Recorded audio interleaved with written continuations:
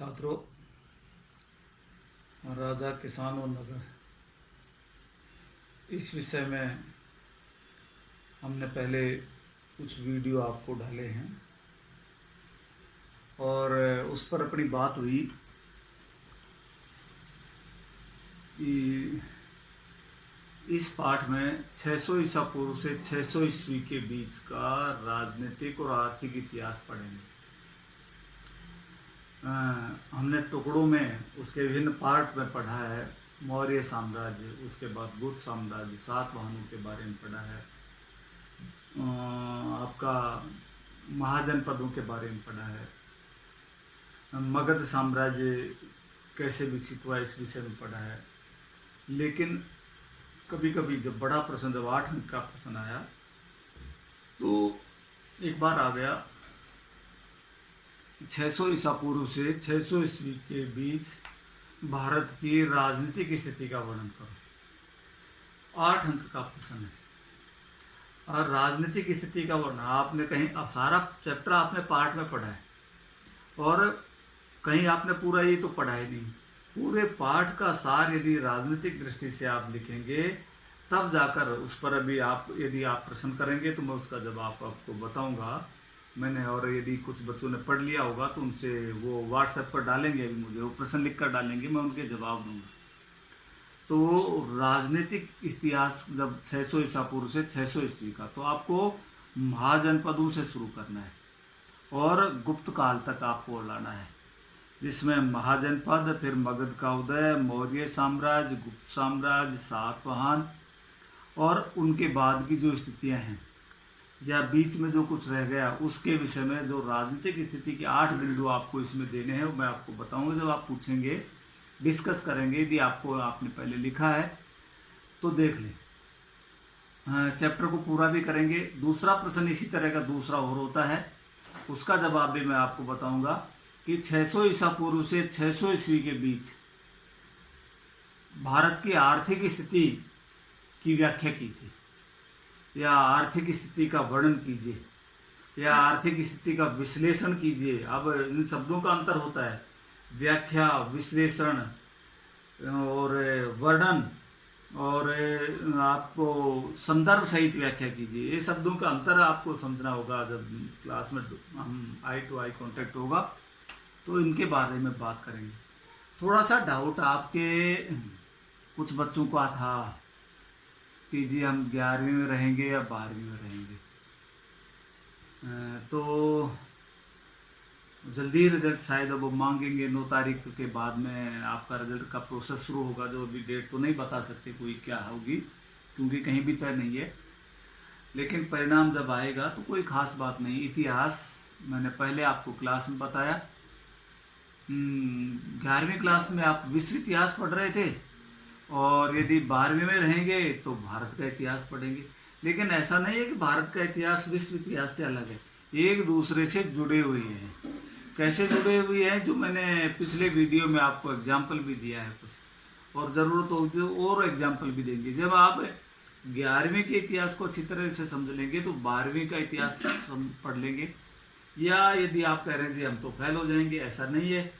यदि कुछ भी हो, 11वीं में पढ़े या 12वीं में पढ़े, बहुत सी चीज़ें भारत का इतिहास और विश्व इतिहास एक दूसरे से रिलेटेड हैं। इतिहास की जो प्रोसेस है, पढ़ने का जो तरीका है, इतिहास कोई कहानी नहीं है, कोई गणित का प्रश्न भी नहीं है। ये प्योर वैज्ञानिक ढंग से जो घटनाओं को जोड़ने का और घटनाओं से इतिहास और जो सामान पुरातत्व साहित्य जो मिलता है उससे इतिहास कैसे निकाला जाए। हमने 11वीं क्लास में भी इस विषय पर बात की और 12वीं क्लास में भी बात करेंगे। कभी कभी दूसरे हमने विभिन्न इतिहासकारों के मत आपको 11वीं क्लास में बताए थे विभिन्न घटनाओं पर, जैसे सामंतवाद पर, या आपका जो पुनर्जागरण वाला पाठ था उस पर इतिहासकारों के क्या मत हैं, या जब पाठ का पुस्तक का एंड हो रहा था तो मार्क ब्लैक की हम बात कर रहे थे, या पहले पाठ में विभिन्न विद्वानों के क्या मत हैं। तो इन घटनाओं से आपको इतिहास की, आपके इतिहास की जो समझ है वो विकसित होती है और इन घटनाओं से इतिहास कैसे निकालें इस पर बात।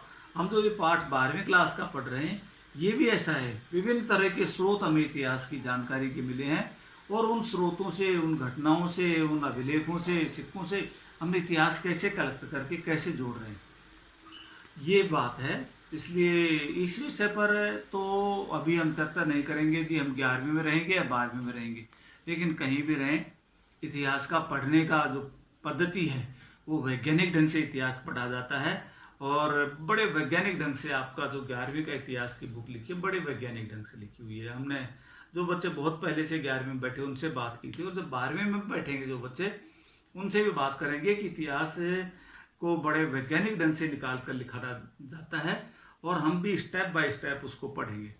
हमारा राजा, किसान और नगर में आर्थिक इतिहास की हम बात करेंगे तो कुछ बातें तो हो चुकी हैं, लेकिन इसमें एक कृषि के बारे में बातचीत हो चुकी है। अभी हम नगर और व्यापार के बारे में बात करेंगे कि इस काल में नगर और व्यापार कैसा था। आपने कृषि के बारे में आपने इसने पढ़ लिया है, यदि आप आर्थिक स्थिति के बारे में पढ़ेंगे, भूमिदान के बारे में आपने पढ़ लिया है, कृषि में उत्पादन बढ़ाने के लिए आपने पढ़ लिया है। तो नगर और व्यापार की बात करें तो आइए उन नगरों की बात करें जिनका विकास लगभग 6ठी शताब्दी ईसा पूर्व के बाद में हुआ था, विभिन्न क्षेत्रों में फैले हैं। ये ज्यादातर नगर आपने पढ़ा है महाजनपदों की राजधानी थी। इनमें से बहुत से नगर हैं जो महाजनपदों की राजधानी थे। इसके अलावा स्थल मार्ग और नदी मार्गों का, संचार मार्गों का पूरे उपमहाद्वीप में जाल बिछ चुका था। तो बहुत से जो नगर थे वो तो जल मार्गों पर थे, जैसे पाटलिपुत्र है वो नदी मार्ग पर था, पुहार जो समुद्र के किनारे था पूर्वी तट पर बंगाल की खाड़ी की ओर, उज्जैन वो उत्तर से दक्षिण की ओर जाने वाले स्थल मार्ग पर था, मथुरा ये राजनीतिक और सांस्कृतिक और व्यावसायिक गतिविधियों का केंद्र था। तो ऐसे कई तरह के सांस्कृतिक हैं, व्यापारिक हैं, राजनीतिक हैं, कई तरह के नगरों का उदय हो गया था। अब बात यह है कि नगरों में रहने वाले कौन लोग थे। तो नगरों में उस समय या तो शासक वर्ग रहता था, संभ्रांत वर्ग रहते थे जो पढ़े लिखे विद्वान और जो शासकों के सहयोग और उनके परिवार के आसपास रहने वाले लोग थे, या फिर शिल्पकार लोग रहते थे। तो उन सभी नगरों की जो उस समय 600 ईसा पूर्व के हैं, उन सबकी खुदाई करना और उनके पुरातत्व के आधार पर पुरातत्व से मिले वस्तुओं को निकाल कर और अध्ययन करना तो बड़ा मुश्किल काम है, क्योंकि बहुत से नगरों तो अभी भी आबाद हैं। जैसे आप पाटलिपुत्र को देखें, काशी को देखें, ये उस समय के नगर हैं और अभी भी हैं, तो वो आसान काम नहीं है। फिर भी हड़प्पा शहरों की तरह ऐसा नहीं हुआ। यहाँ पर विभिन्न प्रकार के पुरावशेष वहां से मिले हैं, जिनमें उत्कृष्ट श्रेणी के मिट्टी के बने हुए कटोरे और थालियां हैं, जिन पर काली मिट्टी की या काली पॉलिश की परत चढ़ाई गई है। बहुत सुंदर लगता है, जिसे उत्तर कृष्ण मार्जित पात्र कहा जाता है। और कले ये इनका उपयोग अमीर लोग करते थे, ब्लैक पोर्ट जो कहा जाता है। और साथ ही सोने, चांदी, कांस्य, तांबा, हाथी दांत और शीशे की तरह तरह के पदार्थों के बने गहने, उपकरण, हथियार, बर्तन, सीप और पक्की मिट्टी की जो चीजें भी यहाँ पर मिलती हैं। दूसरी शताब्दी जब ईसा पूर्व में आते आते जो छोटे छोटे दानात्मक अभिलेख, जिनमें दान दिया गया अभिलेख मिले हैं, उनमें नाम के साथ साथ उन लोगों के व्यवसायों का भी उल्लेख है, जैसे धोबी, लिपिक, बढ़ई, कुम्हार, स्वर्णकार, लोहार, अधिकारी, धार्मिक गुरु, व्यापारी और राजा, बुनकर। इन सब का अभिलेखों में व्यक्ति के नाम के साथ साथ उसके काम का भी जिक्र है। और इसमें एक खास बात और बताऊंगा, इस समय श्रेणियों का विकास हो चुका था। और श्रेणी को प्रश्न आ जाता है कई बार, छोटा श्रेणी से क्या समझते हैं। व्यापारियों का एक संघ था, व्यापारियों का संगठन था जो कच्चा माल खरीदता था और व्यापारियों को देता था और तैयार माल की बिक्री के लिए प्रबंध करता था। आपने पहले ही पढ़ा होगा इस विषय में। और इसको सीधे कह सकते हैं व्यापारियों का संगठन था या शिल्पकारों का संगठन था, जो उनको व्यापार को इजी, आसान बनाने के लिए उपाय करता था। उपमहाद्वीप के बाहर भी व्यापार होता था। एक मिनट, हम व्यापार की बात कर रहे थे, शहरों की बात कर रहे थे। तो महाद्वीप और उसके बाहर, भारत के बाहर समुद्र मार्ग से भी व्यापार होने लगा था, अरब सागर से। अभी एक बीच में इधर दिया गया मलाबार तट, आधुनिक केरल वाला जो भाग, एरिथ्रियन सी और Periplus of Erythraean Sea. Periplus का मतलब क्या है, एरिथ्रियन सी का मतलब क्या है? पेरिप्लस का मतलब होता है समुद्री यात्रा, और एरिथ्रियन सी का मतलब है लाल सागर। एक प्राचीन पहली शताब्दी ईस्वी में एक यूनानी लेखक द्वारा लिखी है ये शायद, एरिथ्रियंस ऑफ पेरिप्लस। तो इसमें पहली शताब्दी ईस्वी का है ये लगभग, और इसमें उस समय भारत से होने वाले व्यापार के कौन कौन सी चीजें थी, स्रोत नंबर 9 में लिखा हुआ है, आप देखना इसको स्रोत को। तो अरब सागर से जो जलमार्ग जाते थे वो उत्तर अफ्रीका, पश्चिमी एशिया तक फैल गए थे, और बंगाल की खाड़ी से जो रास्ता जा रहा था, बंगाल की खाड़ी पूर्व की तरफ से, भारत के पूर्व की ओर से जो जा रहा था, वो चीन और दक्षिण पूर्व एशिया, इंडोनेशिया, मलेशिया तक फैल रहा था, और चीन तक भारतीय जहाज जाते थे। इन समुद्र मार्ग से जो व्यापार हो रहा था उसमें लाभ बहुत होता था, और व्यापारी राजाओं को कर देते थे, बदले में राजा इनको व्यापारियों को समुद्री लुटेरों से सुरक्षा देते थे। लेकिन ये खतरे बहुत थे समुद्री यात्रा में, लेकिन लाभ भी बहुत था। जितना रिस्क था ना उतने ही ज्यादा प्रॉफिट होता है। तो रिस्क थे, खतरे बहुत थे समुद्री यात्रा में, लेकिन लाभदायक बहुत थी। तमिल भाषा में कुछ शब्द हैं जैसे मुसुत्वन, और प्राकृत भाषा में सत्वा और सेठी। ये मुसुत्वन, सत्वा और सेठी, सेठी का जिसे आजकल सेठ कहते हैं, मुसत्वन, सत्वा जो सार्थवा जो समुद्री बेड़ा जिसका हो, समुद्री बेड़े का जो मालिक हो। तो ये बड़े बड़े व्यापारी थे, धनी थे। नमक, अनाज, कपड़ा, धातु से निर्मित उत्पाद, पत्थर, लकड़ी, जड़ी बूटी जैसे अनेक प्रकार के सामान एक स्थान से दूसरे स्थान पर पहुंचाए जाते थे।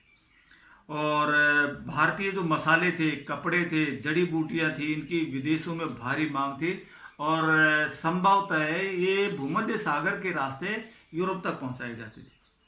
सिक्के और राजा, सब सिक्कों की बात करें तो भारत में सबसे पुराने सिक्के जो मिले हैं आहत सिक्के, पंचमार्क, जिन पर ठप्पा लगाकर बनाया गया था, जो चांदी के टुकड़े हैं, तांबे के टुकड़े हैं, कोई गोल या कोई खास निश्चित आकृति नहीं है, लेकिन वो टुकड़े हैं धातु के, और उन पर कुछ खास तरह के ठप्पा लगाकर, जिन्हें पंचमार्क के, आहत, आहत का मतलब ठुका हुआ, सिक्के बने। वो 600 ईसा पूर्व से बनने लगे थे।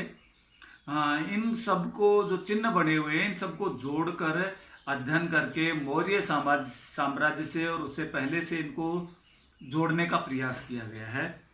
भारत में जब सिक्कों की बात करें तो आहत सिक्कों के ऊपर और मौर्य साम्राज्य और उसके बाद के राजाओं का वर्णन मिलता है। और उसके बाद जो सबसे पहले जो सिक्कों की पहचान हुई है, जिन पर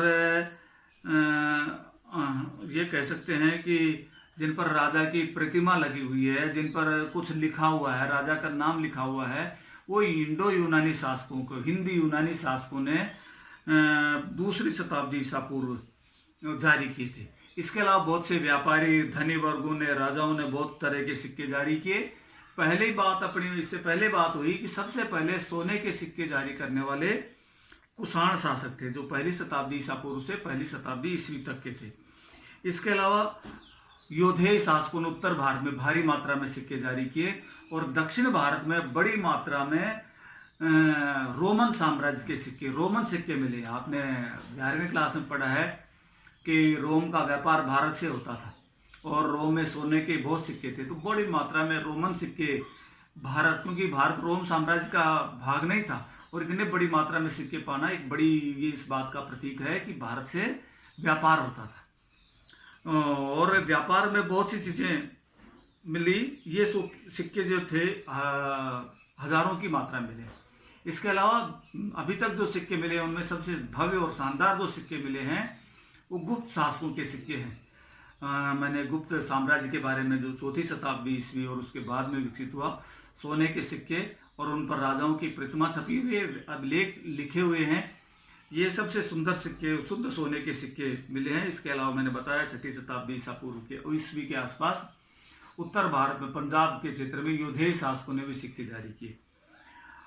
और 6ठी शताब्दी के बाद में कहते हैं कि जो यूनानी सिक्के थे और दूसरे सिक्के थे मिलना कम हो गए। तो ये भी हो सकता है एक बार सोने की कमी रही हो, या व्यापार ज़्यादा फैलने से एक जगह इकट्ठे ना होकर दूसरे लोगों के पास फैल गए हो और ज़्यादा लोगों के पास मिल गए। अब यदि हमारे पास आता है अभिलेख, अभिलेखों का अर्थ है, समय कितना बच रहा है? हो गया, चलो थोड़ी देर बाद में बात कर लेंगे। तो ये बात है, इसके विषय में और थोड़ा सा और हम चर्चा करेंगे, चैप्टर पूरा हो जाएगा अगले उसमें। आपको कोई डाउट्स हो, आपके कोई प्रश्न हो, आप लिख कर डालेंगे। अभी मैं बैठा हूं और बात करूंगा व्हाट्सएप पर, अपने स्कूल ग्रुप पर आप लिखेंगे, ठीक है।